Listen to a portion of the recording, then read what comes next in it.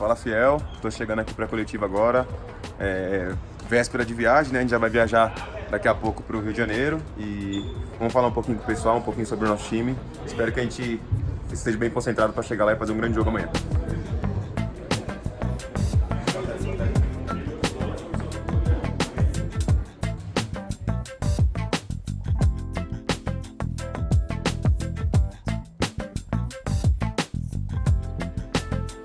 Professor, boa tarde. Boa tarde. Bom, amanhã mais uma grande decisão da temporada para vocês. E nos últimos 2 jogos, a torcida ficou um pouquinho preocupada com a oscilação, né, do desempenho. Um jogo você atuou, o outro não, mas enfim, é mais aquela questão da postura mesmo, agora de se cobrar um Corinthians que precisará atacar no Maracanã. Vai atacar? Boa tarde. É a nossa intenção, né? Mas eu acho que necessita um pouco dos dois. Acho que até por isso que eu estou aqui na entrevista de hoje. Acho que a gente tem que defender bem e atacar bem. É importante que a gente faça um jogo inteligente lá no Rio de Janeiro. O Fluminense se mostrou uma equipe aqui ainda com as características do Diniz, de trocar muito passe, independente do local, se é na defesa ou no ataque. E é uma equipe perigosa, né? Fora dos nossos domínios agora, mas se o Corinthians vier trabalhando forte como vem trabalhando nas partidas anteriores, acho que a gente tem grandes chances de sair de lá com um bom resultado, com todo respeito ao Fluminense, mas uma equipe que pensa em ser campeã tem que pensar positivo sempre, tem que sair com a intenção de vencer, e a gente não é diferente. Vamos lá para fazer um grande jogo. Do teu lado ali, você participa de um lado muito forte, que é o lado direito, com triangulação com jogadas, com o Fagner, o Pedrinho. Esse lado bem marcado, o Corinthians já tem um antídoto, o Corinthians trabalhará uma forma de também conseguir produzir pelo outro lado, pelo centro, enfim, não ficar só com jogadas pelo lado direito? Acho que o Fluminense, antes daquele jogo que a gente fez contra eles aqui, eles devem ter estudado a nossa equipe, porque conseguiram muito bem acumular jogadores naquele local, né, sabendo que a gente é um lado forte que temos. Mas temos o lado esquerdo também, com os jogadores que jogam daquele lado, Cleison, Avelar, Vital, ou seja, quem for que vier naquela posição, que também é muito forte, que trabalha as mesmas jogadas como a gente trabalha do lado direito, e acredito que se o lado direito de repente for inibido de estar fazendo as jogadas, a gente tem o lado esquerdo para tentar estar surpreendendo, né? E também pelo meio, que a gente tem jogadores que podem estar fazendo isso. É um jogo de inteligência, vamos dizer assim, tentar fugir dessa marcação do Fluminense, que é uma marcação diferente, com acúmulo de jogadores nos setores, e tentar surpreender de repente com um chute de longa distância, algo do tipo, para que fuja um pouco da alçada que o Fluminense está acostumado a estar marcando. Boa tarde. Quando você, há um tempo atrás, disse que tinha uma meta, né, de tentar fazer pelo menos um gol a cada 3 jogos, você acha que esse é o momento de colocar em prática essa estatística, principalmente num jogo em que o empate leva a decisão para os pênaltis? Acho que sim, acho que é um jogo importante para estar fazendo gol, para de repente estar buscando essa meta, né? Foi algo que eu desejava estar fazendo, fugir um pouco dela, mas é uma meta, né? Aquilo que a gente deseja alcançar, né? É um desejo meu, vou trabalhar forte para que eu alcance. Muito difícil, é difícil até para atacante estar fazendo isso, mas acho que é um jogo importante para estar fazendo um grande jogo e de repente estar marcando um gol e quem sabe estar trazendo uma vitória para o Corinthians. Bom, saindo um pouquinho do tema, ontem o arquirrival foi eliminado da Libertadores e a gente sabe que nas redes sociais torcedores corintianos pegaram no pé do torcedor palmeirense, os gremistas também. Entre os jogadores, vocês conversam sobre isso ali no grupo do WhatsApp? Rola uma conversação assim também, algo parecido? Muito pouco, né? Muito pouco.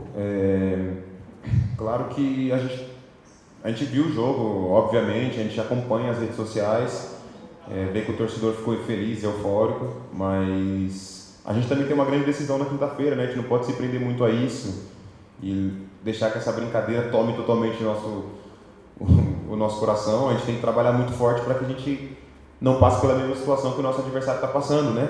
Mas, obviamente que todos nós acompanhamos, vimos as brincadeiras de todo mundo, mas temos que nos conter, né, quanto a isso e trabalhar pensando no nosso jogo, que é muito mais importante do que a eliminação do nosso adversário. Júnior, boa tarde. Eu queria que você falasse um pouco para nós a respeito da importância dessa competição. Vocês têm a possibilidade de avançar e chegar um pouco mais próximo desse título passando pelo Fluminense. Cara, eu acredito que para mim é a partida mais importante depois da final do Campeonato Paulista que tivemos, né? É algo que é muito real pra gente, é essa Sul-Americana, com todo respeito a todos os adversários, mas eu acho que é o caminho mais curto que a gente tem para chegar a um título muito importante para a história do clube. O brasileiro é muito importante, a gente acredita nele muito. Antes mesmo dessa pontuação que a gente se encontra hoje, eu disse várias vezes que eu acreditava nisso e estamos chegando devagar, mas estamos chegando. Mas a Sul-Americana é algo que a gente deseja muito, é algo que o clube almeja, né? Eu acho que é o troféu que falta na galeria vitoriosa do Corinthians. Então, é um jogo importante, eu acho que é o jogo da vida, como a torcida diz. É entrar concentrado, é dar o nosso melhor, não dar espaço para nenhum tipo de erro, porque esse sim é o tipo de jogo que um erro pode fazer diferença, tanto para nós quanto para eles. Estar atento também para, se caso eles falharem, a gente está totalmente focado ali para estar finalizando uma partida e quem sabe trazer essa classificação para a gente. Jurandir, boa tarde. Boa tarde. Com a eliminação ontem do Palmeiras, o Corinthians é o único paulista ainda em uma outra competição, né, que nem o Brasileirão. E aí aumenta o interesse nosso aqui da imprensa em cobrir o Corinthians no meio de semana e tal, os holofotes todos em cima de vocês. Como isso impacta o trabalho? Isso impacta de que maneira lidar com agora todos esses olhares em cima de vocês? Na verdade, a gente encara da mesma maneira, né? Eu acho que, se tratando da imprensa, sim, eu acho que todos da imprensa agora vão estar de olho. Eu digo a imprensa paulista, eu digo o pessoal que quer cobrir a Sul-Americana, vai estar todo mundo de olho na gente, né? Quanto de repente, os torcedores dos times adversários, é normal, eles sempre acompanham o Corinthians, eles podem até negar, dizer que não, mas eles acompanham o Corinthians, torcem para que o Corinthians não se dá bem. E acaba que o Corinthians sempre tem essa audiência aí, de repente, superior aos demais. Mas é continuar focado, não deixar que nada de fora nos atinja, porque o que a gente tem para resolver é contra 11 dentro de campo, e espero que a gente esteja totalmente com foco nisso, que eu acho que é o principal jogo nosso no ano. E, Júnior, nessa pegada de mata-mata, muda o jeito de jogar de alguma maneira pela característica da partida, ser um jogo de volta? Isso transforma o jogo de vocês de algum jeito? Acredito que sim. Eu acho que na primeira partida contra o Fluminense, de repente, esse mudar, de repente, a nossa cabeça, mudar a forma de jogar, acabou que deixou a gente mais eufórico, vamos dizer assim, no primeiro jogo.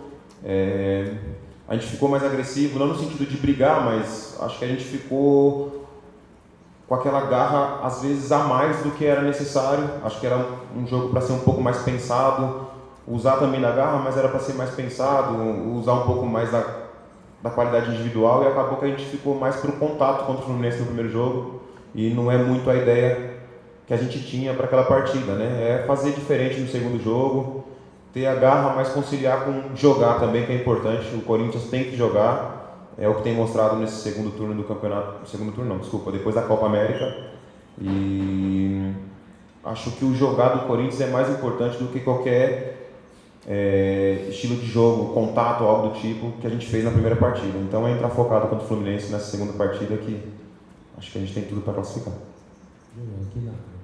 Boa tarde. Tudo bem. O time de futebol sofre muitas pressões, né? Qualquer time sofre muitas pressões. Mas, por exemplo, time grande é muito maior a pressão. Interna, quer dizer. Vocês mesmos, conversando com vocês, aquela coisa, aquela expectativa, que o bolo que vai crescendo dentro do vestiário. Né? O time do Corinthians é cascudo o suficiente para suportar isso nesse exato momento? Com tudo isso que se falou aqui, de outro time, o Palmeiras perdeu a classificação, o Corinthians agora que a bola da vez, todo mundo torcendo contra. O time está cascudo para suportar isso? Eu creio que sim. A gente tem jogadores aqui dentro que passou por diversas situações dentro do Corinthians. A gente comentou outro dia sobre invasões que aconteceu aqui dentro do CT, a gente conversou sobre situações que jogadores foram para o Mundial, que foram para o Libertadores, que viveram histórias diferentes aqui, tanto de glória quanto de pressão. A gente é cascudo o suficiente para isso.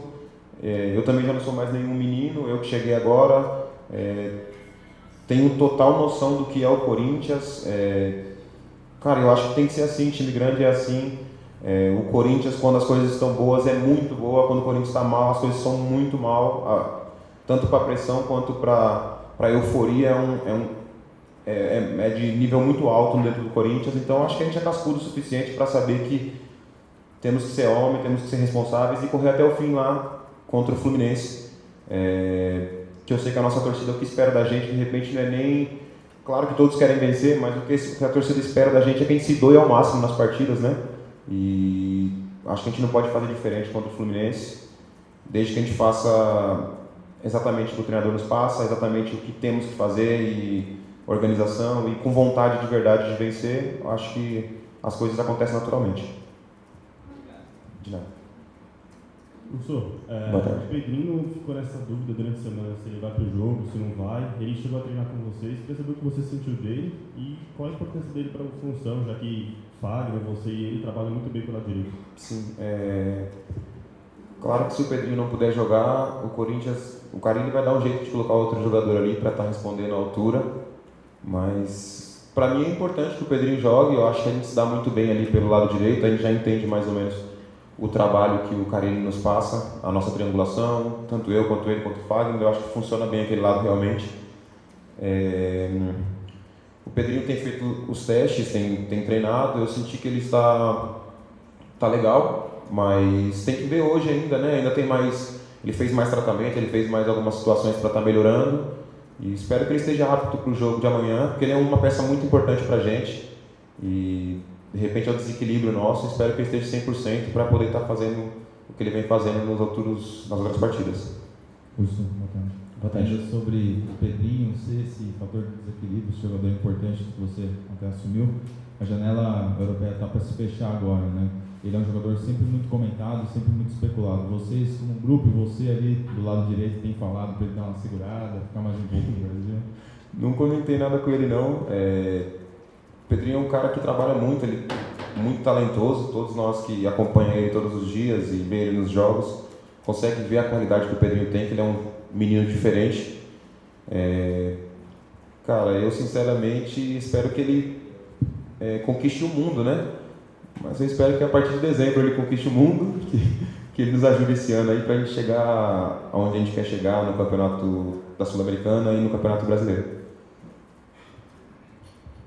Você citou que o Corinthians repetiu o que fez nos últimos jogos, mais a concentração, mas foram justamente os últimos jogos, talvez que o Corinthians tenha sofrido as maiores críticas.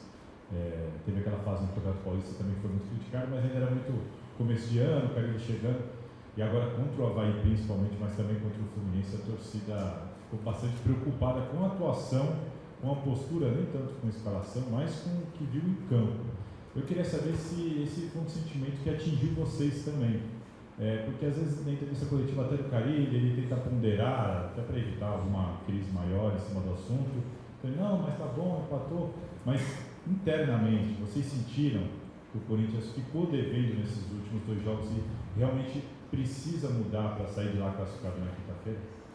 Sim, de certo modo eu concordo. Falando do Avaí primeiro, antes de falar do nosso adversário Fluminense, falando do Avaí, a gente fica com um sentimento de tristeza, né, pelo que aconteceu na partida.